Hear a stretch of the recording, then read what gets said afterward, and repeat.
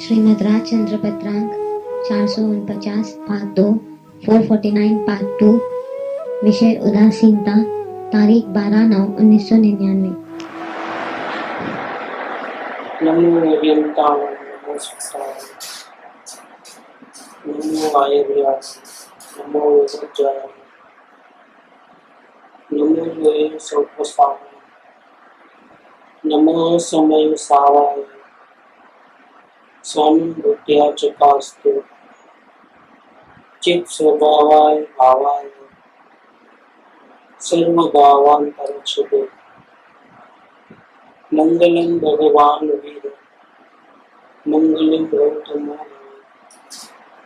मंगलम कुंड कुंडाय जैन धर्मोष्टि मंगल सर्व मंगल मांगल्य सर्व कल्याण कारकम प्रधानम सर्व धर्माय जैनम जयतम शासनम ओंकार बिंदु संयुक्तम नित्यं ध्यायन्ति योगिनः कामदं मोक्षदं चैव ओंकाराय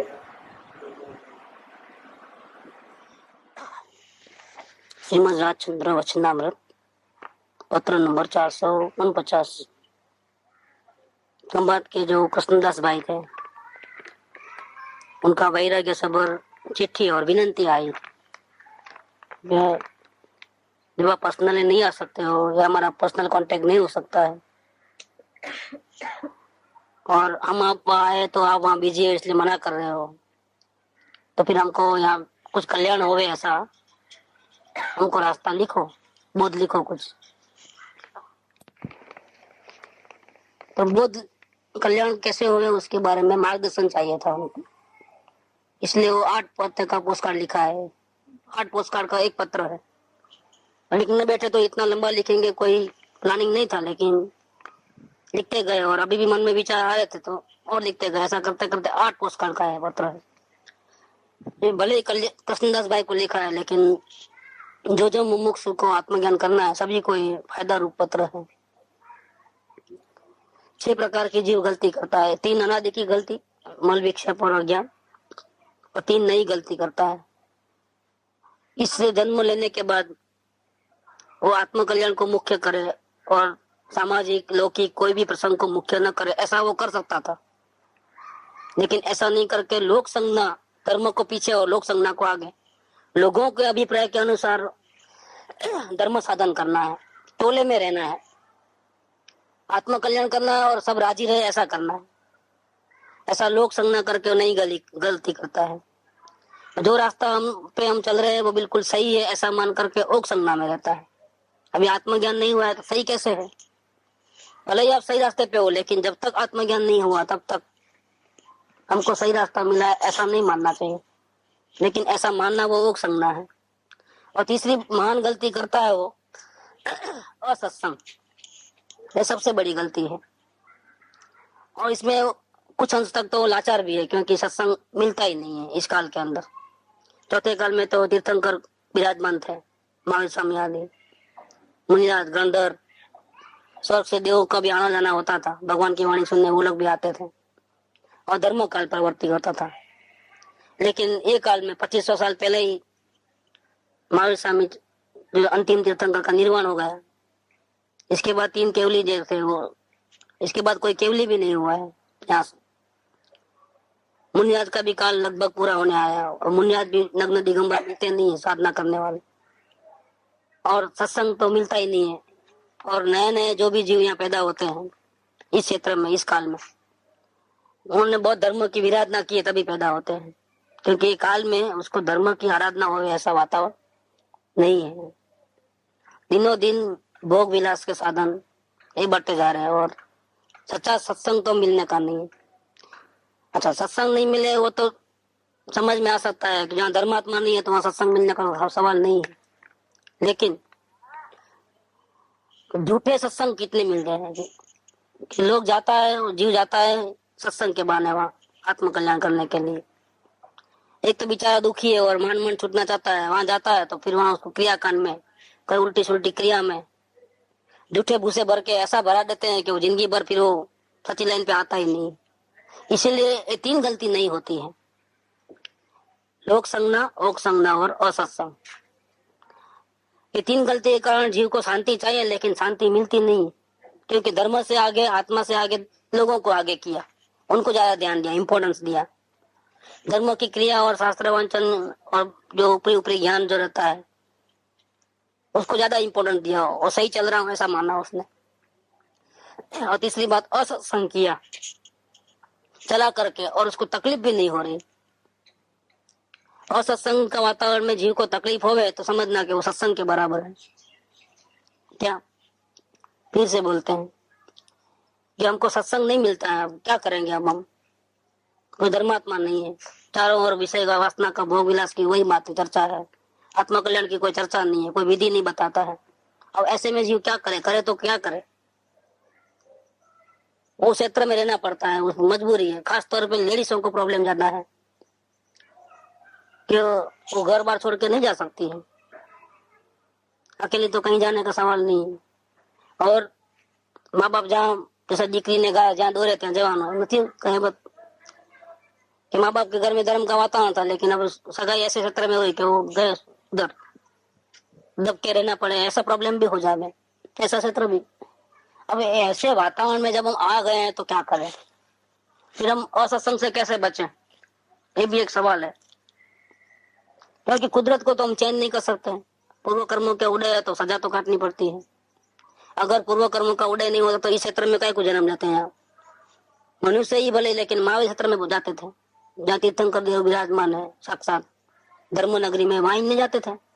लेकिन हमने ही ऐसे कोई कर्म किए, हमने ही भूतकाल में धर्म की विराधना बहुत की, ज्ञानियों की विराधना की, इसीलिए हम ऐसे स्थान में आ गए कि जहाँ सत्संग मिलना बहुत दुर्लभ हो गया, सच्ची बात सुनने को मिलना मुश्किल है। और उल्टा रास्ता दिखाने वाले जगह जगह दुकान खोल के बैठे हैं। मूल जो वितराग का मार्ग है वो रह गया बाजू पे, और पक्षा पक्षी, संप्रदायवाद, जड़ता, आग्रह, धर्म के नाम पे लड़ाई झगड़े हर क्षेत्र में, हर मंदिर में, हर ट्रस्ट में वो चालू है। ये लोग अब धर्म के नाम से ही बीते हैं कि होगा कोई धर्म झगड़ा पंचायत, वहां होगा कोई ग्रुपिज्म। तो धर्म की बात भी हमको नहीं चाहिए, हम जहाँ है वहीं ठीक है, क्योंकि इससे बुरी जो आपके जहाँ वहां बुरा जितना हो रहा है उतना हमारे पास बुरा नहीं हो रहा है। क्योंकि हम लोग तो संसार में झगड़ा पंचायत करते हैं, और आप कहाँ करते हो धर्म के साथ। अन्य क्षेत्रे कृतम पापम धर्म क्षेत्र विनश्यति, धर्म क्षेत्रे कृतम पापम, वो कहाँ छोड़ोगे, उसको कहाँ धोओगे पापों को। इसलिए हम तो आपसे भी अच्छे हैं कि हम धर्म के बहाने झगड़ा तो नहीं करते हैं कम से कम, ये बात। इसलिए लोग आत्मा की बात घबराते हैं। एक दफे ट्रेन में जा रहे थे तो कोई किताब विताब है करके कोई फैमिली बैठे थे, तो पूछा, बोला है किताब, नहीं कहानी टाइप में, हाँ कहानी टाइप में भी है, तो दिया, तो उस पर नाम लिखा सत्य की खोज लिखी थी। यहाँ सत्य की, ओ ना सत्य की खोज, कहानी है, नहीं पढ़ना ही नहीं है करके मना करती है। लोगों को कितना आग्रह रहता है। बात तो सुनने की बात नहीं है, वो टाइम पास करने के लिए इस कहानी के रूप में वो भी पढ़ना पसंद नहीं करते जी, इतने और बात सुनना नहीं चाहते। ये वातावरण का असर गिरता है, जैसे संग का रंग गिरता है ना, ऐसे उल्टे संग का, कुसंग का भी रंग आत्मा पे जाता है। ये अधोगति के लक्षण है। असत्संग है, जबरदस्त बात है। तो इस मनुष्य जन्म में आकर के नई गलती में ये करता है और पुरानी गलती को और मजबूत करता है। लोक संज्ञा, ओक संज्ञा और असत्संग। अब बात ये चल रही है कि असत्संग का ऐसे वातावरण में हमको बचना कैसे। ये प्रदूषण है तो हम क्या करें, इसके लिए हमको क्या करना है। कम से कम सत्संग की भावना से, ये असत्संग में आ गया हूँ, सत्संग नहीं मिलता, इसकी अगर हमको पीड़ा होवे ना अंतर में, शुद्ध हृदय से, तो बचे रहोगे। क्योंकि सत्संग किसको मिलता है, भावना वाले को मिलता है। आप जैसी भावना करोगे वैसा ही आपको मिलता है। आप चार गति में भटकते क्यों हो, क्योंकि आपको शरीर वासना है, पंचेंद्रिय के भोग विलास चाहिए, आत्मा की दरकार नहीं है, ज्ञानी पुरुषों का विनय आदर भक्ति नहीं है, उनकी बात मानना नहीं है, विषय कसाय में चलना है, स्वच्छंद से चलना है, आत्म शांति के लिए कुछ भी नहीं करते हो, काम क्रोध आदि सब प्रकार के विकार करते हो, वही आपको अच्छा लगता है। तो फिर क्या होता है, चार गति में भटको। और जिसको आत्म भावना है शुद्ध हृदय से छूटने की भावना है तो कुदरत उसका भी साथ देती है। तो पर का एक लेटर एक वचन भी है कि दीनबंधुની दृष्टि ऐसी છે એવી છે कि જેને છૂટવું છે એને કોઈ દિવસ બાંધવો નહીં, और जिसको बंधना है उसको कभी भी छोड़ना नहीं। दीनबंधु की दृष्टि है ऐसी। एक दीनबंधु माने कुदरत, कुदरत के यहाँ न्याय है कि जिसकी भावना शुद्ध है तो भले ही वर्तमान में थोड़ी सजा काट रहा है, लेकिन भावना के बल से नए कर्म इस प्रकार से होते हैं। ये असत्संग में आ गया है पूर्व सजा के लिए, लेकिन नई भावना कैसी करता है वो जीव? ये सत्संग की भावना करता है, आत्मकल्याण की भावना करता है, ज्ञानी पुरुष का समागम मिले ऐसी भावना पाता है। तो ये भावना के पीछे रहस्य क्या है कि वो जन्म मरण से मुक्त होना चाहता है। तो कम से कम आप वातावरण को चेंज नहीं कर सकते हो, लेकिन चाहे जैसा वातावरण हो, भावना कैसी रखना उसमें आत्मा बिल्कुल स्वतंत्र है। अगर आत्मा शुद्ध हृदय से सत्संग की भावना भाए, आत्म कल्याण की भावना भाए, तो कुदरत जरूर उसका जवाब देती है। क्या ये आत्म भावना ऐसी चीज है कि कर्म की रेखा बदल देती है, ये समझ लेना। इतना बल है आत्म भावना के अंदर। आपकी कमजोरी नहीं रहती है, आत्म भावना आ गई आपके हाथ में, समझ लो आपके सारे दुख दूर होने वाले हैं। क्योंकि यही आत्म भावना है जिससे सत्संग मिलता है, यही आत्म भावना है जिससे सदगुरु का समागम मिलता है, यही आत्म भावना है कि कुदरत आपको सहाय देती है। कैसे भी करके वो वातावरण खड़ा हो जाता है सत्संग का, कि जहाँ कहीं भी चारों ओर सत्संग है तो वहां आपको भावना के कारण से आपको सत्संग का वातावरण मिल जाता है। ये सब भावना का कमाल है। तो दुख लगे असत्संग के अंदर, ऐसा एक केस बना था वो पूज्य भगवती माता बंसरी का, वो वडवान में उनके माता पिता रहते थे, और उस जमाने में आज से 100 साल 80 साल पहले तो क्या है, 14-15 साल में ही बच्ची का विवाह कर, कभी कभी तो घोड़ियों में ही लगन हो जाते थे, पहले से ही नक्की कर रहे थे। तो बड़ी बहन का जो ससुराल तो था कराची में था, तो उसी बिल्डिंग में 3rd फ्लोर पे जो रहते थे वो लड़के के साथ उसका सगाई कर दिया था। और वो माता जी तो क्या बचपन से ही फिर वो ज्यादातर बड़ी बहन के पास ही हुए। तो ऊपर ससुराल का घर, नीचे पियर मतलब बड़ी बहन का घर, ऐसा ही एक ही बिल्डिंग में। लेकिन वो पूर्व संस्कारी थे और आत्मा बहुत ऊंचा, तो उनको क्या था कि दिल उचाट हो गया था बचपन से ही, क्योंकि आत्म कल्याण की कोई बात करने वाला कोई नहीं था किधर भी, जिन मंदिर नहीं था, कोई स्थानक नहीं, घर में ही वो प्रतिक्रमण जो बाप दादा के संस्कार है वैसे प्रतिक्रमण आदि कर लेते थे। बाकी उनको कोई दूसरा वातावरण आत्म कल्याण की बातें करने वाले कोई नहीं था। तो अंदर से जीव को बहुत तकलीफ होती थी। वो तकलीफ बढ़ते इतनी बड़ी कि आखिर में वो 14 साल की उम्र में वो कराची का अपना बहन का घर, ससुराल का घर सब छोड़ करके भाग के आया अकेले। उस जमाने 14-15 साल की लड़की जवान जोत, और वो घर से भागे और कुछ भी वाटर बैग लिए बिना, कपड़े लते लिए बिना, खाने का सामान लिए बिना 2 रात और 1 दिन की मुसाफरी ट्रेन की करे, और मालूम कुछ भी नहीं है कैसे जाना क्या करना था, ऐसा ट्रेन से भाग के निकले वाला। देखो, अच्छा ये भी पता नहीं था कि भाई हिंदुस्तान में कहाँ मिलेगा, उनको इतना ही पता था कि कराची में तो सत्संग मिलने वाला ही नहीं, कोई वातावरण कोई चिन्ह ऐसे नहीं दिखाई देते हैं। तो वहां से भागे तो पिताजी के घर हिंदुस्तान आने के लिए, तो हिंदुस्तान जाने वाली ट्रेन में बैठ गए वो। तो एकदम वैरागी चित्त था, आत्म कल्याण की प्रबल भावना, और एक लोक लाज छोड़ दी। देखो, लेकिन वो बहुत बड़ा लोक लाज, जब पियर की लोक लाज जावे, इतना बड़ा स्टेप ले लिया उन्होंने, किसी की फिक्र नहीं करी उन्होंने, बिना कहे बिना पूछे सब भागे। एक ही कारण था, क्या कारण था कि यह कराची में सत्संग नहीं मिलता है। अभी उनको ये पता नहीं था कि हिंदुस्तान में जाएंगे तो वहां सत्संग सही मिलेगा कि नहीं मिलेगा, मिलेगा तो कहाँ मिलेगा, वो भी उनको पता नहीं था, लेकिन भागे वो। आत्म कल्याण की इतनी तीव्र भावना थी। तो देखो, भावना वाले को कुदरत साथ देती है। तो यहाँ आए तो फिर वो सब इसकी मन की स्थिति समझ करके कोई फोर्स नहीं किया, नहीं तो फोर्स करते, फोर्स भी नहीं किया, और अल्प समय में उनको गुरुदेव का कांटेक्ट हो गया और फिर उनको लाइन मिल गई आगे वाले की। तो भावना रहती है तो कार्य होता है। सोगानी जी के बारे में भी ऐसा है कि उन्होंने जहाँ रहते थे, जिस वातावरण में सत्संग नहीं मिलता था, जीव एकदम तड़पता था उसके लिए, शांति के लिए। कोई सच्चा रास्ता बताने वाला नहीं था, जो भी बताया उल्टा रास्ता बतावे। कोई अगोरी बाबा के पास लेके जावे, कोई हठे वाले के पास लेके जावे, कोई शास्त्र पढ़ने के लिए, कोई बोलता है गुरुद्वार में मिलता है चलो वहाँ, कोई बोलता है मस्जिद में मिलता है तो वहाँ चलो, कोई बोलता है जिन मंदिर में पूजा करो तो होगा, कोई बोलता है उपवास करो तो होता है। ये सब काम उन्होंने कर लिया। किसी ने बोला शास्त्र पढ़ोगे तो होगा, शास्त्र पढ़ना नहीं आता था तो उन्होंने अपनी गरीब स्थिति में भी पंडितों को 1000 दे करके भी धर्मशाला में पढ़ना शुरू कर दिया। लेकिन कैसा भी करके हमको शांति चाहिए।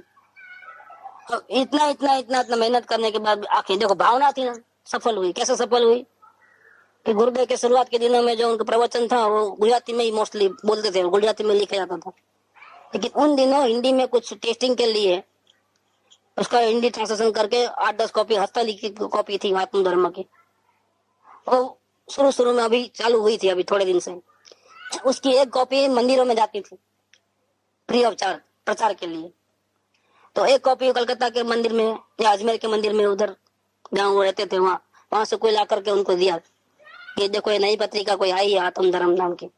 उसमें ऊपर गुरुदेव का फोटोग्राफ था, अंदर में गुरुदेव की कुछ प्रवचन थे, उसका गुजराती में से हिंदी करके एक 8-10 पन्ने की बुक जो थी मंदिर में आई थी फ्री ऑफ चार्ज प्रचार के लिए। तो वो उनके हाथ में लग गई, और उनके हाथ में लगते ही वो अंदर में पन्ना फिराया तो हर पन्ने पे एक ही वचन लिखा था। क्या लिखा था? 6 आवश्यक नहीं पर एक ही आवश्यक है। 6 आवश्यक नहीं, एक ही आवश्यक है। क्या है 6 आवश्यक? क्या है? जैन धर्म के अनुसार श्रावक के 6 कर्तव्य होते हैं जो उनको रोज करना चाहिए। जैन दर्शन, जैन पूजा, विनेन्द्र भगवान की, गुरु की उपासना, स्वाध्याय, संयम और यथाशक्ति दान।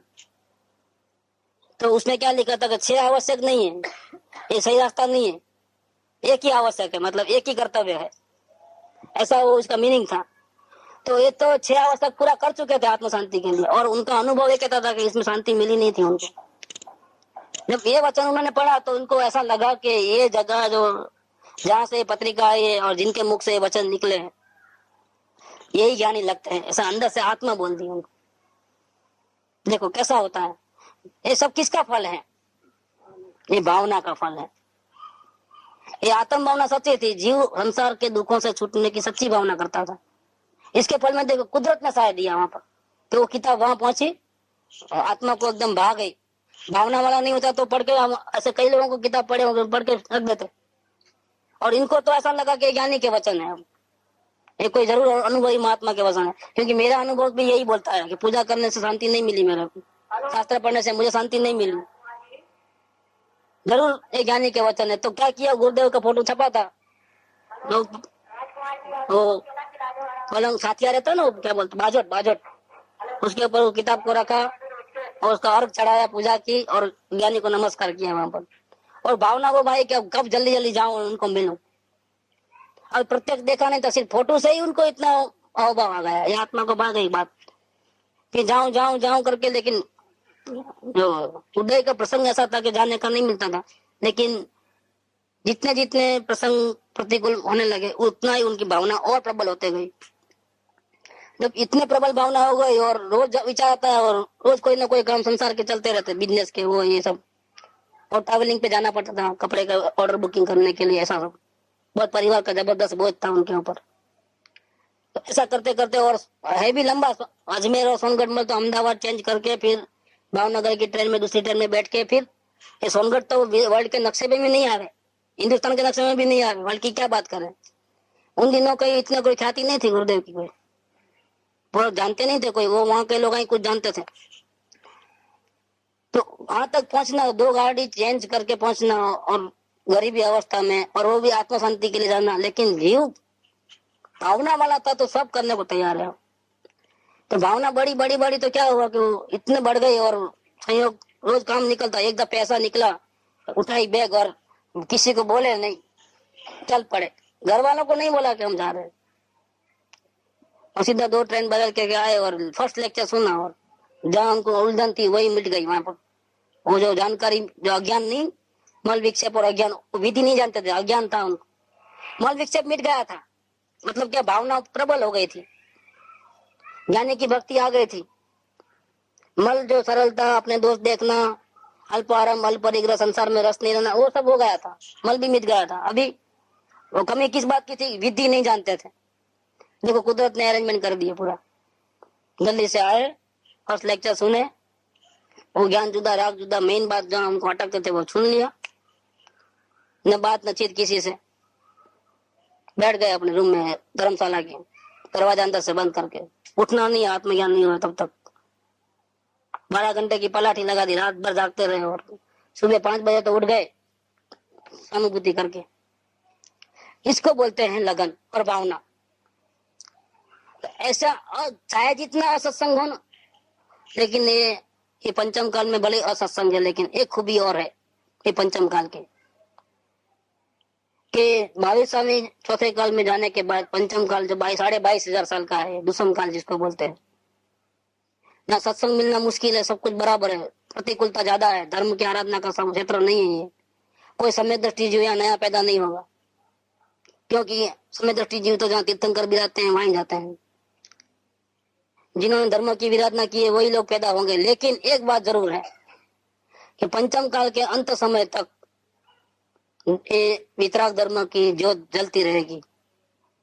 कहीं ना कहीं, किधर न किधर कोई ना कोई ज्ञानी तो विराजते होंगे होंगे और होंगे। और हिंदुस्तान की पवित्र धरती है ये, जहाँ से कई 24 तीर्थंकर मोक्ष में गए हैं। ऐसी पवित्र धरती पे पंचम काल के अंत समय तक ये धर्म रहेगा रहेगा रहेगा, ठठियार में फिर नहीं रहेगा। तो इसका मतलब क्या है कि भले ही वातावरण प्रतिकूल है, लेकिन भावना वाले के लिए कोई वातावरण प्रतिकूल नहीं, क्योंकि भावना वाले को कुदरत साथ देती है। तो ये 3 गलती मिटाना जरूरी है, लोक संज्ञा, ओक संज्ञा और असत्संग। और भावना से असत्संग मिट जाएगा। असत्संग है तो उसको दुख लगेगा अंदर में, इसका मतलब आप सत्संग की भावना वाले हो, आपका बेड़ा पार हो सकता है। अभी यहाँ कहते हैं आगे कि हमारे समागम का अभी अंतराय जान करके, मैं वहां आ सकता नहीं और आप यहाँ आए तो मेरी इच्छा नहीं है, क्योंकि मैं प्रवृत्ति में पड़ा हूँ। देखो, तो ये अंतराय आया है और आपको बात सुन करके बहुत निराशा उत्पन्न हुई है। बिल्कुल योग्य हुआ है जो हुआ है सो। अगर आप ऐसा बोलते कि कर्म का उदय ऐसा है, अब नहीं मिलता है, जान दो, तो गड़बड़ होती थी क्या? अब हम क्या करें, हम तो मीटिंग अपॉइंटमेंट मांगे लेकिन दिए नहीं। जैसी हरि की मर्जी, जैसी कर्मों का उदय, थक हार के बैठ गए हाथ पे हाथ धर कर। इसका मतलब क्या हुआ कि आपको जरा भी तकलीफ नहीं हुई कि अपॉइंटमेंट नहीं मिली, तो निराशा नहीं हुई, अंदर में तकलीफ नहीं हुई। इसका मतलब आपकी आत्म भावना में कमी है। अगर आपकी भावना जबरदस्त होती, पेट में बहुत दर्द है और डॉक्टर को फोन करे और डॉक्टर नहीं आया, तो क्या होता है?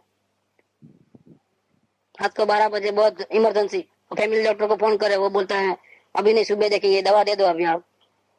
ऐसा करके वो फोन ही रख देगा।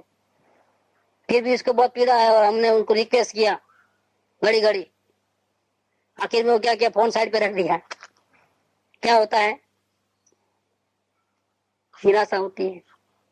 ऐसा इधर होता है। आत्म कल्याण के लिए हम अगर तैयार हुए और हमको अपॉइंटमेंट नहीं मिले, सत्संग नहीं मिले, तो फिर क्या होता है कि भावना वाले जीव को तो निराशा होती है। ये बात है कि हमारे समागम का अभी अंतराय जान करके निराशा को प्राप्त होना योग्य है, तथापि वैसा करने में ईश्वर इच्छा जानकर, समागम की कामना रखकर, देखो निराशा भले ही है, लेकिन आपको क्या करना है, आपकी भावना, आपकी आशा, समागम की जो इच्छा, उसको कमजोर नहीं करना, चालू रखो। भले अभी नहीं तो बाद में सही, लेकिन अभी तो आप चालू रखो भावना। अब नहीं मिलता है बोल के हथियार मत डाल देना, भावना नहीं छोड़ देना, भावना कंटिन्यू रखो। तथापि वैसा करने में ईश्वर इच्छा जानकर, समागम की कामना रखकर, जितना परस्पर मुमुक्षु भाइयों का समागम हो सके उतना करें। आपकी जितनी ताकत हो और जितना हो सके इतना आपस में जो अन्य साधर्मी जो है मुमुक्षु भाई है, मुमुक्षु भाई का मतलब क्या है कि उनको भी संसार समुद्र तीरना है, उनको भी जन्म मिटाना है, उनको भी शांति चाहिए और आपको भी चाहिए। भले वो ज्ञानी नहीं है भले, लेकिन उनको, उनका मोटो और आपका मोटो एक ही है, सेम है। दोनों को मुक्ति चाहिए, सभी को मुक्ति चाहिए। ऐसे जो 2-4 व्यक्ति या 8-10 व्यक्ति या हमारे नसीब अच्छे होते और भी ज्यादा, सब मिलकर के आपस में धर्म चर्चा करो, सत्संग करो, जितना हो सके, जितनी हो सके उतनी प्रवृत्ति में विरक्ता रखें। गृहस्थ जीवन में हो तो कुछ ना कुछ प्रवृत्ति तो होती है, मनोवचन काया की, बिजनेस की होती है, गृहस्थी की होती है, सर्विस की होती है, तो उसमें इंटरेस्ट लेना बंद कर दो। प्रवृत्ति करो लेकिन रस मत लो, विरक्तता रखो। सत्पुरुषों के चरित्र, जैसे अपन दो जनों की बात करी, भगवती माता की बात करी, भगवान जी की, ये उनके चरित्र से हमको प्रेरणा मिलती है कि प्रतिकूल संयोगों में उन्होंने किस प्रकार से भावना भाई और किस प्रकार से अपनी आत्म उन्नति की। तो सत्पुरुषों का चरित्र और इसके अलावा मार्गानुसारी जीव, मार्गानुसारी जीव जो बताए उनको ब्रैकेट में उन्होंने कुछ लोगों के नाम लिखे हैं। सुंदर दास, प्रीतम दास, अखा भगत, कबीर दास, इन सब का ये सब मार्गानुसारी पुरुष थे। मतलब उनको सच्चा वितराग धर्म नहीं मिला था, उनका दुर्भाग्य था। वो कोई सत्पुरुष वर्तमान में नहीं मिले थे ज्ञानी पुरुष, लेकिन ये मार्गानुसारी पुरुष है। मतलब क्या, मुमुक्षु का और मार्गानुसारी दोनों का कंपेयर करोगे तो नंबर 1 में मार्गानुसारी पुरुष आएंगे। अमीनाबाई है, नरसिंह मेहता है, इन सबको इन्होंने मार्गानुसारी पुरुष, मुमुक्षु से उनका लेवल ऊपर। मार्गानुसारी पुरुष को संसार के प्रति थोड़ा भी रस नहीं होता है। उनका रुकना एक ही जगह हुआ है कि सही ट्रैक नहीं मिला है उनको अंदर में काम करने का। जिस दिन ये कोई ज्ञानी पुरुष का कांटेक्ट होगा ना, तो मुमुक्षु 10 साल 20 साल से भले कांटेक्ट में, उनका काम नहीं होगा और इनका पहले काम हो जाएगा। एक दिन में, 1 घंटे में भी हो सकता है, इतना उनका स्पीड रहता है, इतनी लाइन क्लियर रहती है। मतलब टॉप लेवल की योग्यता होती है मार्गानुसारी पुरुष। अगर कबीरदास को अगर वितराग का धर्म मिले तो 1 घंटा भी नहीं लगे, वो 1 घंटे में पा लेंगे मार्ग, इतनी तैयारी रहती है उनकी। नरसिंह मेहता वगैरह, मीराबाई है, तो जगत विख्यात उनकी भक्ति जो है। मीराबाई की भक्ति तो आज भी लोग याद करते हैं। तो महल की रानी होकर के वो कैसे गली गली घूमती थी कृष्ण के, जो कृष्ण हाजिर नहीं थे। परोक्ष में जब आप इतनी भक्ति करते हो, अगर आपका सामने होवे तो क्या होवे, तो जिसकी आप भक्ति करते हो उसके लिए घर बार छोड़ देते हो, इज्जत आबरू का नीलाम कर देते हो, संसार के सुखों की परवाह नहीं करते हो। और वो व्यक्ति तो हाजिर नहीं है, कृष्ण भगवान तो हाजिर कहाँ थे। वो तो खेल खेल में उन्होंने बचपन में उसको माँ ने कहा कि ले तेरा वर करके छोटी सी डिंगली खेलते थे ना, तो बाजू में सगाई लगन वगैरह होते थे, तो मेरे कोई वर चाहिए करके ऐसे छोटे बचपन में उन्होंने जिद की थी। तो कृष्ण भगवान की मूर्ति थी, तो ये ले तेरा वर, जा कर ले शादी इसके साथ। जब से उनके मन में वो ऐसा आ गया कि यही मेरा वर है करके, और यहाँ से उनकी जो भक्ति चालू हुई मूर्ति के साथ, तो शादी नहीं की उन्होंने, जबरदस्ती शादी कराई गई मेवाड़ के राणा के साथ। क्या कहते, बच्चापना छोड़ो अब करके, ऐसा तुम इसको लेके जा साथ में महल में। और ये भी बच्चे समझ करके उसको लेके गए साथ में, लेकिन ये वर तो इसका ही मानती थी। देखो ये बचपन में शादी होती थी, तो फिर क्या उतना बड़े लोग जो इनडायरेक्ट पूछने चाहिए, कि डायरेक्ट में अगर किसी को पूछोगे ज्ञानी को तो वो बोलेगा कि नहीं पहुंचा हूं, तो क्या आप ऐसा मानोगे कि नहीं? किसी को ही पूछोगे आत्मज्ञान हो गया तो वो बोलेगा मेरे को हो गया करके। नहीं, मुमुक्षु में भी कोई हाँ तो पहुंचे हो क्या करते, तो कोई अपनी बात नहीं बोलता है। इसके बदले क्या करें हम, ऐसे कुछ सवाल करें, भाई आत्मज्ञान कैसे करना चाहिए, आपकी नजर में कैसा तरीका, किस प्रकार से हमको आगे बढ़ना चाहिए, अगर ऐसा ऐसा हमको होता है तो फिर ये गलती को कैसे मिटाना चाहिए, ऐसा क्वेश्चन करके उसको उसकी राय लेवे, तो इस पर से पता चलता है कि वो कहाँ है, आगे बढ़ा है कि नहीं बढ़ा है। इसके बदले डायरेक्ट पूछने से क्या होगा कि वो सही बताने वाला नहीं है। वो भी एक कौतूहल होती है, उसके बदले चर्चा करो, तत्व चर्चा करो, आचरण की बात चर्चा तो करो, करना। उससे हमको आगे भाई इनके जीवन में से आपको क्या सीखने को मिला, ये बात में से, इस दर्शन में से आपको क्या सीखने को मिला, नहीं तो आज आपकी क्या राय है इसके बारे में। ऐसी चर्चा विचार करे तो ज्यादा अच्छा है। इसमें हमको क्या फायदा कि वो सामने वाला कहाँ पहुंचा है, उसमें हमको कोई फायदा नहीं।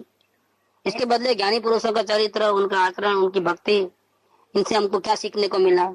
आज लेक्चर में आए तो कौन सी बात आई, आपको कौन सी बात याद रहती है, इतनी बहुत सी बातें आई, इसमें कौन सी बात आपको अच्छी लगी। तो हर एक का ध्यान अलग अलग बात पे जाता है। 1 घंटे में बहुत सी बात आती है, तो अलग अलग ध्यान पे अलग अलग उसकी चर्चा विचारणा करें। तो हम लोग जब सत्संग करने जहाँ जाते थे वहां तो ऐसे ही चलता था, तो 3 घंटा लेक्चर तो सुने, लेकिन इसके अलावा हम आपस में बैठ करके, जिसके साथ हमारा मन मिलता था, तो हम आपस में बैठ करके आपस में वही चर्चा करते कि आज लेक्चर में कौन सी बात काम की आई, आपको कौन सी बात काम की लगी, मेरे को कौन सी लगी, ऐसे चर्चा करते थे। क्योंकि मुमुक्षु की अवस्था में आप निरीकल ध्यान में तो रह नहीं पाओगे, उपयोग तो बाहर जाएगा तो फिर कहाँ क्या करोगे खाली बैठे बैठे। और खास तौर पे निवृत्ति का क्षेत्र है जहाँ जैसा ये, उसमें तो आपको प्रवचन सुन के बिजनेस जाने का जरूरत नहीं है, घर गृहस्थी में रसोड़ा संभालना नहीं है तो फ्री तो हो ही जाओगे। तो क्या चर्चा करोगे आपस में? अगर ये चर्चा नहीं करोगे तो आप विषय कैसा है कि जो शरीर की, कुटुंब की, देश की, राजकारण की, उसकी चर्चा करोगे। तो फिर निवृत्ति क्षेत्र में मान तो एक अवसर मिलता है, वो आप खो देते हो। तो आपस में इस प्रकार की चर्चा करना है। तो सत्पुरुषों के चरित्र और मार्गानुसारी जीवों के वचन आज भी कबीर के दोहे पूरी दुनिया भर में मशहूर है। एक एक दोहे देखो तो इसमें मर्म भरा पड़ा है। ये शुद्ध आत्मा में से निकले वचन है। उनको जिनेंद्र देव नहीं मिले, लेकिन ये आत्मदेव मिले थे। मिले थे मतलब इनकी भावना थी उनकी सच्ची, तो भावना में से वो शब्द निकले हैं। तो इन जीवों के वचन, जिनका उद्देश्य, इनके वचनों का उद्देश्य क्या था? मुख्यतः आत्मा को कहने का है, आत्मा की तारीफ करने का है, आत्म तत्व को बताने का है। उनके वचन का ये मीनिंग है। ऐसे विचार सागर, सुंदरदास के ग्रंथ, आनंदगंज जी, बनारसीदास, कबीर, अखा इत्यादि के पद, ऐसे ग्रंथों का परिचय रखें। सत्संग नहीं मिलता है तो क्या करेंगे हम? तो क्या करोगे? तो दूसरा ऑल्टरनेटिव बताया कि आपस में मुमुक्षु भाई सत्संग करो। इसके अलावा वो भी नहीं मिल सकता है या कम पड़ता हो और आपके पास ज्यादा टाइम है, तब ऐसे महापुरुषों के जीवन चरित्र, मार्गानुसारी पुरुषों के जीवों के वचन और ऐसे सदग्रंथ जो ये विचार सागर है, सुंदरदास के ग्रंथ है, आनंदगंज जी के पद है, बनारसीदास की आत्मकथा है, नाटक समय सर आदि उनके ग्रंथ है, कबीरदास जी के दोहे वगैरह है, अखा भगत के भजन वगैरह है। इन सब ग्रंथों का परिचय रखो। और अब तो पेट भर गया ना, तो नहीं नहीं नहीं नहीं, ये तो अल्टरनेटिव में थे क्या? इन सब साधनों में मुख्य साधन तो श्री सतपुरुष का समागम माने। देखो, नहीं तो संतोष आ जाएगा कि चलो अभी हमको अल्टरनेटिव दे दिया, उसमें ही काम चला लेंगे। नहीं नहीं, वो पूरा होने का ही नहीं है। जो काम सतपुरुष करेगा वो काम ये करने वाले नहीं। ये सब साधन बेकार है उनके सामने तो। इसीलिए जब नहीं मिले तब उसको लेवे। प्रत्यक्षता में अगर उनका समागम नहीं मिले तो हम उसको लेवे, लेकिन जब प्रत्यक्ष मिले तो क्या करना? शास्त्र पढ़ना कि नहीं पढ़ना, भक्ति करना कि नहीं करना, जो भी करना है वो प्रत्यक्ष है तो प्रत्यक्ष की आज्ञा अनुसार करना। अपने चला करके कुछ नहीं, अपने को तो वही है सब कुछ। तो प्रत्यक्ष है तो भाई जिनेंद्र देव के दर्शन करने जाना कि नहीं जाना, उनको छोड़ करके पूजा भक्ति करना कि नहीं करना, सामायिक प्रतिगमन करना कि नहीं करना। प्रत्यक्ष आया तो खलास हो गई बात, फिर तो वही सब कुछ है। फिर तो वो कहे तो ही करना है, बाकी दूसरा कोई साधन नहीं करना है। इतना प्रत्यक्ष का महत्व है। इन सब साधनों में मुख्य साधन तो श्री सतपुरुष का समागम मानो। यह प्रवचन या ऐसा कोई तो चर्चा चलती हो और वहाँ जिन मंदिर का टाइम हो गया पूजा भक्ति करने, दोनों एक ही टाइम पे हो गया, क्या करोगे भैया? जिन मंदिर में पूजा भक्ति नहीं करना, इससे ज्यादा ये है इम्पोर्टेंस। वो सेकंड लाइन में आता है, सेकंड लाइन में आएगा। नहीं आता ऐसा नहीं, बट सेकंड लाइन में आएगा। मुख्य लाइन में ये आएगा। इसके भोग से वो नहीं, उसके भोग से ये हो सकता है, लेकिन इसके भोग से वो नहीं हो सकता। भक्ति करने का बहुत दिल बोल रहा है, लेकिन नहीं, तत्व चर्चा जहाँ चल रही है, तत्व ज्ञान चल रहा है, प्रत्यक्ष जहाँ बोध मिलता है, वहाँ कोई शास्त्र भी नहीं, वहाँ कोई पूजा भक्ति वो भी नहीं चलता है, यही चलता है। इतनी इसकी प्रमुखता है। हमारे समागम का अंतराय जानकर चित्त में प्रमाद को अवकाश देना योग्य नहीं है। अब क्या करें, हम तो गए थे लेकिन मना कर दिए तो खाली बैठे हैं हाथ पे हाथ धरते। अब जब मिलेंगे तब तक तो आत्मकल्याण होने वाला नहीं है ना, बैठे हैं चुपचाप। नहीं, वो चित्त को बेकार नहीं रखना, प्रमाद मत करना। हमारे समागम का अंतराय जानकर चित्त में प्रमाद को अवकाश देना योग्य नहीं है। परस्पर मुमुक्षु भाइयों के समागम को अव्यवस्थित होने देना योग्य नहीं है। देखो, अव्यवस्थित का मतलब क्या है कि हम लोगों को समागम करना है, लेकिन कोई आया 8 बजे, कोई आया 8:30 बजे, कोई आया 9 बजे, कोई आया 10 बजे, ऐसा नहीं चलेगा। तो फिर तो पूरा दिन चलते रहेगा, कुछ जाएंगे कुछ आएंगे, तो व्यवस्थित नहीं। एक टाइमिंग व्यवस्थित रहता है जो सबको अनुकूल है। अनुकूल प्लेस, सेंटर प्लेस, जो भी अपने को अनुकूल पड़ता है वो सब प्लेस और टाइमिंग एग्जैक्ट होना चाहिए और उसकी बराबर पालन करना चाहिए। इस प्रकार से सत्संग का जो टाइमिंग रहता है उतना एग्जैक्ट पालन करना चाहिए कि अगर किसी गलती से या अपनी गलती से नहीं, लेकिन ऑटो वाले की गलती से या बस वाले की गलती से कुछ भी करके लेट हो गया तो उसका खेत भी बहुत होना चाहिए। दूसरे दिन आधा घंटा जल्दी निकलना चाहिए उसके लिए, लेकिन टाइम को एडजस्टमेंट करना है कैसा भी। एक्सक्यूज नहीं मिलता है। आप देखो एक केजी नर्सरी के बच्चे लोग होते हैं, वहां भी स्कूल में जाते हो तो कितने नियम का पालन करना पड़ता है। 9 बजे का टाइम 9 बजे का, फिर आप 9:30 बजे बच्चे को नहीं भेजा सकते अंदर में, गेट ही बंद हो जाता है। फिर भी अगर जबरदस्ती करके भेजाओगे तो उसको पनिशमेंट मिलती है लेट आने की। ये नियम तो पालन करना ही पड़ता है। संडे नहीं गया था। हाँ, ये गाड़ी प्लेटफॉर्म से 8 बजे निकलने वाली है तो आप कितने बजे पहुंचते हो? अड़गम जाने का है, रिजर्वेशन हो चुका है और जाने का है, क्या करोगे? 8:05 को पहुंचोगे?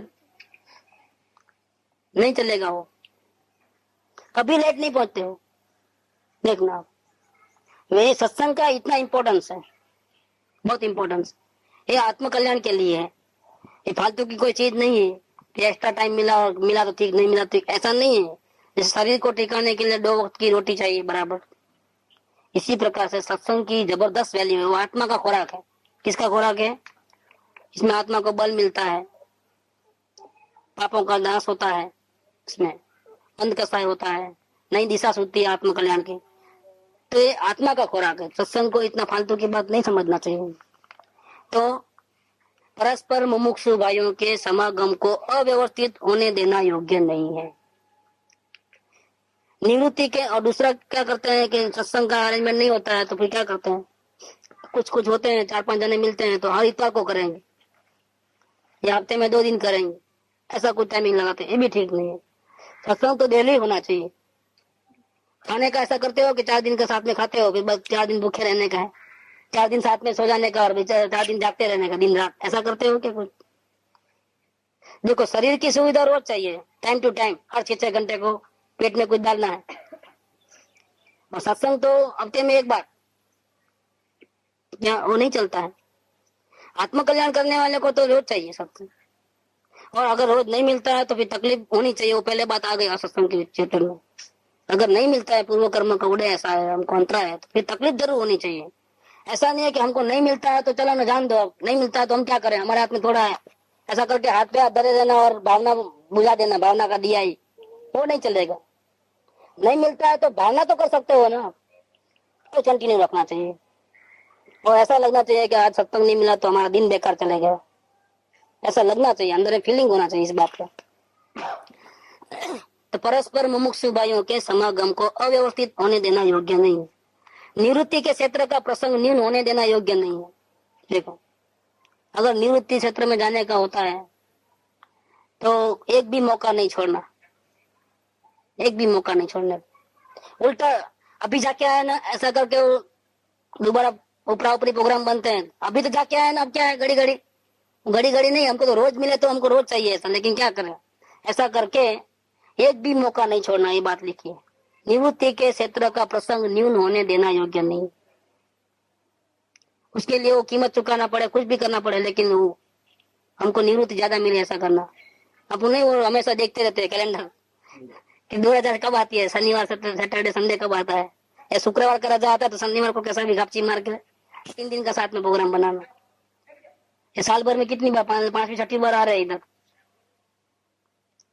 फिर वो तारंगा का ट्रिप अलग, वो अलग, ये अलग।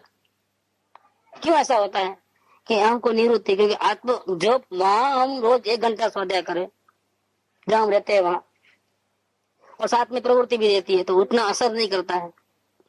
1 घंटे का सत्संग इतना असर नहीं करता। और यहाँ क्या होता है, 24 आवर्स का समागम है साथ में, और 1 प्रवचन नहीं, 3-3 प्रवचन, 4-4 प्रवचन प्लस भक्ति। देखो, ये वातावरण पूरा चेंज होता है।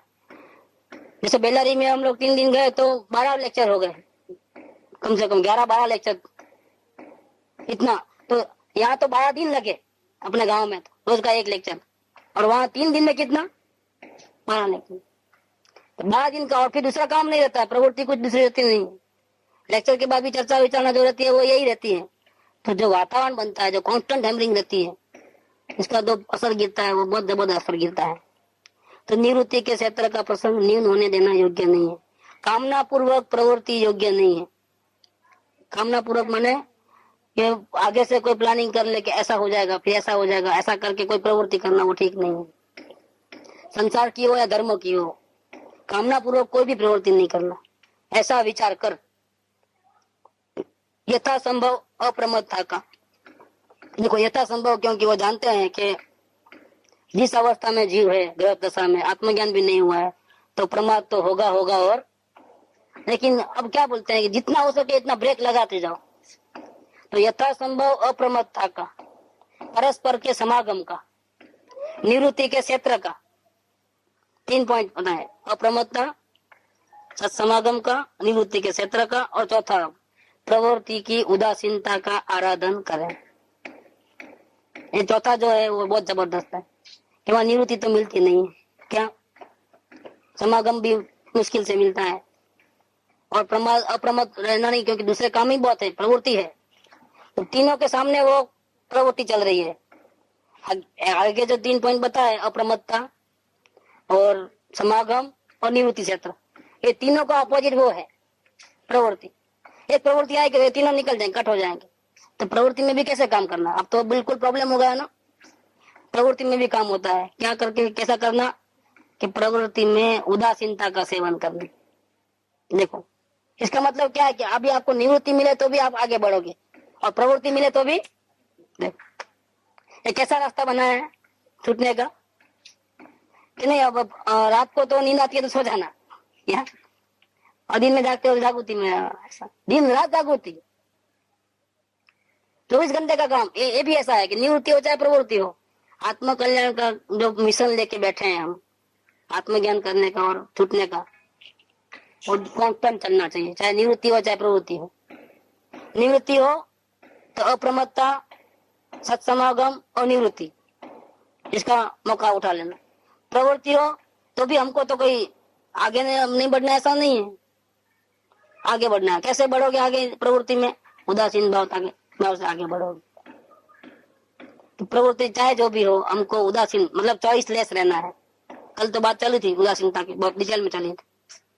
तो किस प्रकार से प्रवृत्ति में रहना, उदासीन भाव से रहना है, बस। फिर आपको कोई फर्क नहीं पड़ता है, चाहे प्रवृत्ति हो चाहे निवृत्ति हो, सब में लाइन आगे ही बढ़ने का है। बहुत जल्दी से आत्म कल्याण हो सकता है। ये आत्म कल्याण के जितने भी रुकावट वाले जो फैक्टर्स हैं, उसमें से कौन से रुकावट के फैक्टर्स है, उसमें से कैसे बचना, कैसे आगे बढ़ना, क्या करना क्या नहीं करना, सत्पुरुष का क्या रोल है इसके अंदर, सत्समागम का क्या रोल है, ये सब बात एक लेटर में आ गई पूरी टोटल। तो कृष्णदास का भी हमको उपकार आता है कि इन्होंने ऐसा लेटर कोई अजब गजब लिखा होगा कि कृपालु को इतनी दया आई, इतनी करुणा आई, जिसके कारण से 8 पोस्ट कार्ड का एक पत्र लिखा गया है, विदाउट प्लानिंग लिखा गया है। अगर प्लानिंग से होता तो पहले से ही बड़ा फुल स्केप लेते थे, लेकिन ऐसा नहीं लिया है। वो कुदरत ने लिखा है, वो लिख गया है। वो खुद भी लिखे हैं कि मेरे से लिखा गया है, वो भी पैराग्राफ नहीं है इसमें जेरोक्स, लेकिन उन्होंने आखिरी पैराग्राफ में वो लिखा है कि भाई मेरे को करुणा भाव से ऐसा लिखा गया है, बाकी मेरी तो कोई ऐसी मर्जी नहीं थी। इन 8 पत्रों का एक ही पत्र है, कुदरती लिखा गया ऐसा कर। और काफी दफा लिखना चाहा लेकिन लिख नहीं पाया था, कुदरत से ऐसा लिखा गया है। तो ये ज्ञानी पुरुष के जो सहज में जो लिखा गया पत्र है, इससे आत्म कल्याण कैसे करना हो, किसी का सवाल हो तो उसका फिट और फिट जवाब है इसके अंदर। क्या करना क्या नहीं करना सब बातें, अवलोकन की बात भी इसमें आ गई है। मल को मिटाने का साधन में क्षमा, सरलता और अपने दोस्त देखना, वो बात भी आ गई है इसके अंदर। अल्प आरंभ अल्प परिग्रह, वो बात भी आ गई है। उदासीनता का थोड़ा खुलासा करना, सब चॉइस लेस रहने का। उदासीनता में अगर आपको पूर्व कर्म बस प्रवृत्ति में रहना पड़ता है, तो प्रवृत्ति नहीं करूंगा तो त्याग वृत्ति हो गई। फायदा किस ढंग से होता, काम तो करना। ज्ञाता भाव की केवनी होती है, ज्ञाता भाव के प्रैक्टिस हो जाती है। जितना आप चॉइसलेस रहते हो इतना ज्ञाता भाव की बढ़ती होती है। आपको निरिकल ध्यान करना है तो ज्ञाता भाव की जरूरत है। कर्तृत्व में से डायरेक्ट निरिकल्प अवस्था नहीं आएगी, करना धरने में से ज्ञाता भाव में, और ज्ञाता भाव में से निरिकल्प भाव, समाधि लगेगी।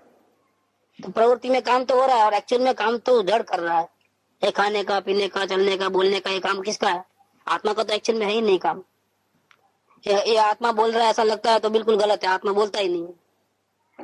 आत्मा ये उंगली को भी नहीं हिला सकता है, ऐसा भी नहीं करता है, ये जड़ की व्यवस्था है। तो ज्ञाता भाव में रहने से क्या होता है, प्रवृत्ति बंद नहीं होती। हम ऐसा समझ लेते हैं कि हम ज्ञाता भाव में रहेंगे और चॉइस नहीं करेंगे तो फिर आगे कैसे बढ़ेंगे, क्या नहीं। वो पार की क्रिया फिर भी होते रहेगी, इसका टेस्टिंग कर लेना आप। कि हम ज्ञाता भाव में रहेंगे, चॉइस नहीं करेंगे किसी बात की, तो क्या हम चलेंगे नहीं, उठेंगे नहीं, बैठेंगे नहीं, बोलेंगे नहीं, बिजनेस नहीं करेंगे, घर का काम रुक जाएगा पूरा। आप हैरान हो जाओगे कि ज्ञाता भाव में रहोगे, चॉइस नहीं करोगे तो भी आपके पूरे काम चल रहे हैं। बस एक दफे उसका टेस्टिंग कर लेना, ये देखो क्या होता है। ये भूत निकल जाएगा कि ये सब काम हम करते हैं। आपको एक ही काम करना, जो आया जानते रहना, देखते रहना, और फिर भी आपका बोलना होगा, आपका चलना होगा, आपको खाना होगा, आपका पीना होगा, सब एक नाटक की तरह होते रहेगा पूरा। और एक्चुअली में नाटक ही हो रहा है सब, जो भी हो रहा है। टेस्टिंग करोगे तो पता चलेगा। ऐसे आपको लगेगा कि ऐसा कैसे हो सकता है। देखो मैंने उंगली उठाई, देखो ऐसा। तो मैं अकाउंट्स कर रहा था संडे दिन, तो इच्छा नहीं हो रही थी कि अकाउंट्स का काम नहीं रहता था, तो कितना अच्छा रहता था। तो वहाँ पे अब वो करना तो जबरदस्ती करना ही पड़ रहा था वो। अब वो उसको बेनिफिट अगर वहाँ पे लेना तो जबरदस्ती हो रहा है, वही जबरदस्ती जो कर रहे हो ना वो गलती है। आपको जो बोझा अलग करके कर रहे होते हैं, उसके बदले आप चॉइसलेस हो जाओ। करना पड़ता है ऐसा क्यों? इस जगह आपको अगर नौकर होते तो सेठ का ऑर्डर होता तो आपको करते क्यों नहीं करते? तब आप आपको ऐसा बोझा लगाते कि करना पड़ता है करके। वो तो ऑर्डर है, करना पड़ता है, ऐसे आपको करना है। पूर्व कर्मों का उदय और आपको जो सजा दी है वो आपको पूरी करनी है। इसमें नहीं करूंगा बोझा लगा करके करने की जरूरत नहीं, करना है सो करना है, खत्म। वो समय ज्ञाता भाव है। और क्या करते हैं हम लोग, हमारा ऐसा करने से हमारा ध्यान का समय वेस्ट होता है। देखो ये हमारी इच्छाएं हैं, हमको ध्यान में बैठना है। क्योंकि अभी अकाउंट करने बैठेंगे तो ध्यान में नहीं बैठ पाएंगे ना, फिर सत्संग नहीं कर पाएंगे ना, फिर हमारा अवलोकन नहीं चलेगा ना। ये सब उल्टा भूसा भरा हुआ है अंदर में, इसके अंदर। इसलिए जब भी ऐसा प्रसंग आता है तो हम फौरन पहले तो नेगेटिव अप्रोच ही आता है हमारा। और फिर भी देखो कुदरत तो छोड़ने वाली नहीं है, तो उन्हें कहा रोते रोते भी करना पड़ेगा। तो रोते रोते क्यों करते हो भैया? ना रोके करो ना हंस के करो, चुपचाप करो ना कोई भी काम। ज्ञाता भाव में ना हंसना है ना रोना है। लेकिन ये रहता है कि ज्ञाता भाव छूट जाता है। हाँ, ये डर के मारे आप भी रोते रोते करते हो। चलो इसे आपको जो वो डर है ना, कौन सा डर है कि ज्ञाता भाव छूट जाता है?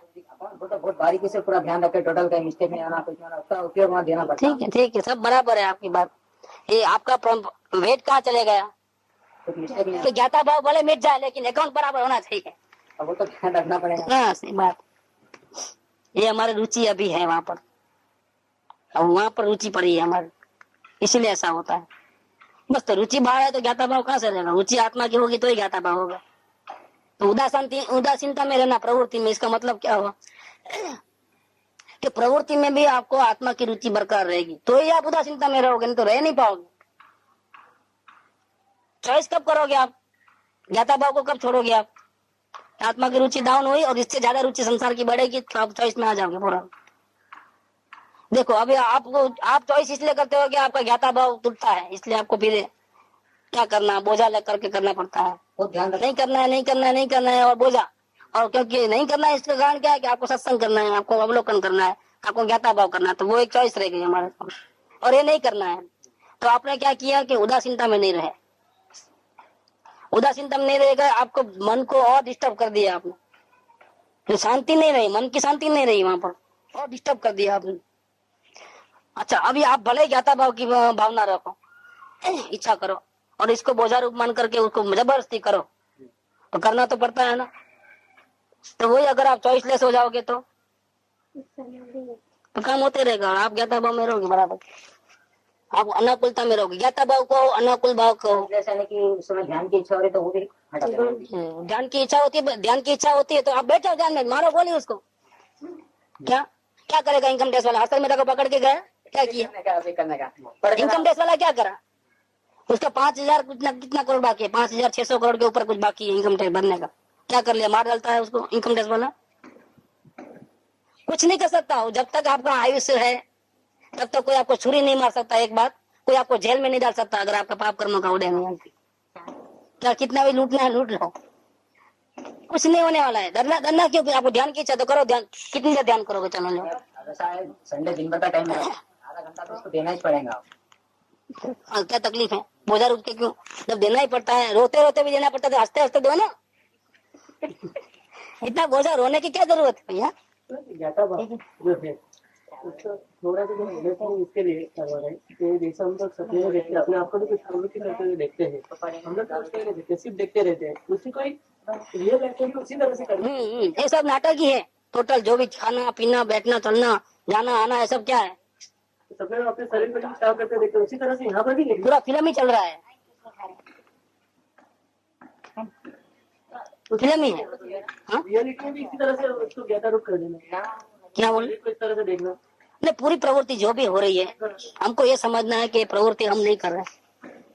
हमको ये समझना है ये प्रवृत्ति ऑटोमेटिक हो रही है, एक्चुअल में हकीकत में ऑटोमेटिक ही हो रही है। तो उसमें तो ऑटोमेटिक होते होते पता चल जाता है हाँ, अपने के अंदर ऐसे। बस वैसा ये रियल लाइफ में है। सकल जगत ते ऐठवत अथवा स्वप्न समान ते कहिए ज्ञानी दशा, बाकी वाचा ज्ञान। अगर ज्ञान दशा हो गई और आपको अगर वो नाटक नहीं लग रहा है, ये सब खेल नहीं लग रहा है, तो समझ लो कि आपको ज्ञान दशा नहीं है। ये सब खेल लगना चाहिए। बस जो भी प्रवृत्ति हो रही है मन वचन काया की, वो सब आपको खेल ही लगना चाहिए, सपना ही लगना है। ये सपना बिखर जाएगा, जैसे बादल आते बिखर जाते हैं ना, ऐसा अपना मिलना होगा, 3 दिन यहाँ रहना होगा, वापिस क्या होगा, अपने अपने स्थान पे वापिस। ये ऑटोमेटिक कुदरत का पहले से ही प्लानिंग था कि ऐसा ही मिलना होगा और ऐसा बिछड़ना होगा। ये सब एक बड़ा नाटक है, हमको मालूम नहीं है। केवल ज्ञान के ज्ञान में सब आ गया है, भगवान के ज्ञान पहले से ही मालूम है, हमको नहीं मालूम है, इसलिए हम करता बुद्धि से ये करो ऐसा करो, इधर जाओ उधर जाओ, सब बकवास है और कुछ नहीं। ये बकवास को बकवास रूप में देखो और आप ज्ञाता भाव में रहो मजे से, कोई तकलीफ नहीं है। आपको एक रोल दिया गया है, देखो अर्जुन को रोल दिया गया है। अर्जुन बोलता है मेरा भीष्म पितामह है, मेरा गुरु है, वहां बाण कैसे चढ़ाऊं। गीता में भी वो बात आती है। तो उसने वो भगवान ने रूप धारण किया, उनको बताया अपना स्वरूप क्या कृष्ण भगवान ने नीचे उतर करके। तो बोला ये तो भगवान है, अब वो जैसा बोले ऐसा ही करना पड़ता, पैर में पड़ गया। अब आप हमको बचाओ, हमको हिंसा नहीं करनी है। भाई तेरा वही रोल है। ये लोग इनका आयुष्य की घड़ी आ गई है मरने की, और बाण तेरा ही होगा, तू ही निमित्त है। निमित्त नक्की है, क्या निमित्त नक्की है, तुमको मरना है। तुमको इच्छा नहीं, इच्छा की बात ही नहीं है। तुम आंख बंद करके चलाओ, खत्म। तुम चॉइस लेस हो जा, तुम कर्म कर फल की आशा मत रख, वहां भी है बात, हो है कि नहीं है। आपके हाथ में चॉइस नहीं है। आपकी जो लिखी विधाता ने लेख है ना, छठी के लेख जिसको बोलते हैं, वो पहले ही फिल्म बना दी है। आपको तो रोल ही करने का, आपको अकाउंट लिखना है तो बराबर लिखना है आधा घंटा। और रो के लिखो, हंस के लिखो कि उदासीन भाव में लिखो। क्या बेकार का उठा पटक करके अपने सुख को भोग देता है, बेकार का वेस्ट कर देता है, अशांति पैदा करता है।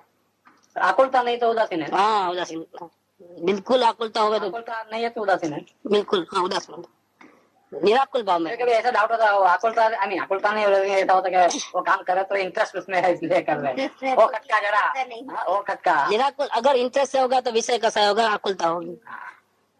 निराकुल भाव में रहना, कभी जो भी दिन आवे, अच्छे आए बुरे आवे, निराकुल हो जाओ। निराकुल, उदासीनता और ज्ञाता भाव एक ही है। एक ही भाव है, इसका रिजल्ट है।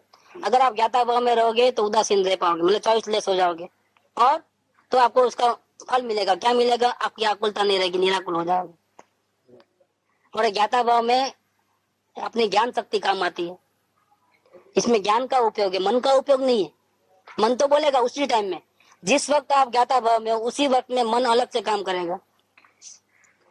मन बोलेगा ऐसा नहीं ऐसा, ऐसा नहीं ऐसा। आप ज्ञाता भाव में रहना, आप अपनी लगाम को छोड़ना नहीं, भी देखते रहना। हाँ वो चलेगा, बोलते रहता है वो गड़बड़ करेगा। मन तो गड़बड़ करने वाला ही है। मन का है, मन का है। एक नया पॉइंट खुला नहीं, नहीं सुनना। आप ज्ञाता भाव में रहो, आप चॉइसलेस रहो। लेकिन मन तो ध्यान में बैठा हुआ रहना करो जी। हाँ वो बोलता है, लेकिन वो नहीं सुनना। कल बैठ रहा मालूम नहीं। हाँ, मन ध्यान को बैठने को बोलता है, उसकी बात नहीं सुनना। आत्मा बोले तो बैठ जाना, मन बोले तो नहीं बैठना। खाली बैठे जब वो नहीं बोलता ध्यान में बैठा बोलता। हाँ, नहीं, तुम ध्यान में बैठे हो, देखो तुमको विकल्प काम पूरा नहीं किया, उसका विकल्प आते रहता। हाँ देखो, अब सत्संग में आए तो बोलता है कि जाकर ध्यान में। हाँ सब हर जगह अपने आप को कॉन्ट्रडिक्शन में फंसा के ऐसा दुखी करता है जी, अपने हाथों से। मिनट में चेंज होता है। अपने हाथों से अपने आप को दीवार में सर पटकता है हमेशा। मन पे क्या है, वो बोलेंगे बैठेंगे तो कहाँ नजर लग गई तो मन उधर भी लगेगा, हाँ उधर भी हट जाएगा। वो मन के आधार वो फंसाने वाला। मन तो सब बोलेगा। और आपको इतने नाच नचाया और आप नाचे हो अभी तक, अब आप आत्मशक्ति को जागरूक कर दो, ज्ञान शक्ति के आधार पर रहो। जहाँ थोड़ी भी तकलीफ होवे, आकुलता होवे, समझ लेना कि हमने ज्ञान का व्यापार नहीं किया, हमने चॉइस में आ गए, हम गड़बड़ कर रहे हैं। अगर हम ज्ञान का व्यापार करेंगे, ज्ञाता दृष्टा भाव में रहेंगे, तो आकुलता होगी ही नहीं हमारे। बहुत अच्छा जाकुल। प्रैक्टिस कैसे करोगे आप, प्रैक्टिस कैसे करोगे कि प्रैक्टिस करने में बहुत आसान है कि जरा तकलीफ हो समझना हम गड़बड़ कर रहे हैं। आकुलता वाली यानी कि हमको सुख दुख का वेदन तो होगा ना, अच्छा बुरा तो लगेगा ना। थोड़ा भी तकलीफ हो समझना हम कहीं गड़बड़ कर रहे हैं, वापिस सावधान होकर के एप्लीकेशन ठीक कर लेना। बस फौरन नहीं तो क्या है कि वो बटन दब जाता है। मेटल डिटेक्टर में जाते हैं ना जरा, तो क्या होता है कुछ है कि नहीं है, तो पुलिसों को गजवा देखने की जरूरत नहीं जेब पे, और उसमें से पसार हो गए तो फौरन लाल लाल टिंग टिंग टिंग आवाज चालू हो जाता है। इसका मतलब क्या है, गड़बड़ है कुछ, कोई जबरदस्ती काम करा रहा है तो भी मन अपना वहाँ पर आकुल रहता नहीं होना चाहिए। इसका नाम ज्ञाता भाव। सुख धाम अनंत सुसंत चाहि, दिन रात्र रहे तद ध्यान महि, पर शांति अनंत सुधा मय जे, प्रणमो पद तेवर के जयते, प्रणमो पद तेवर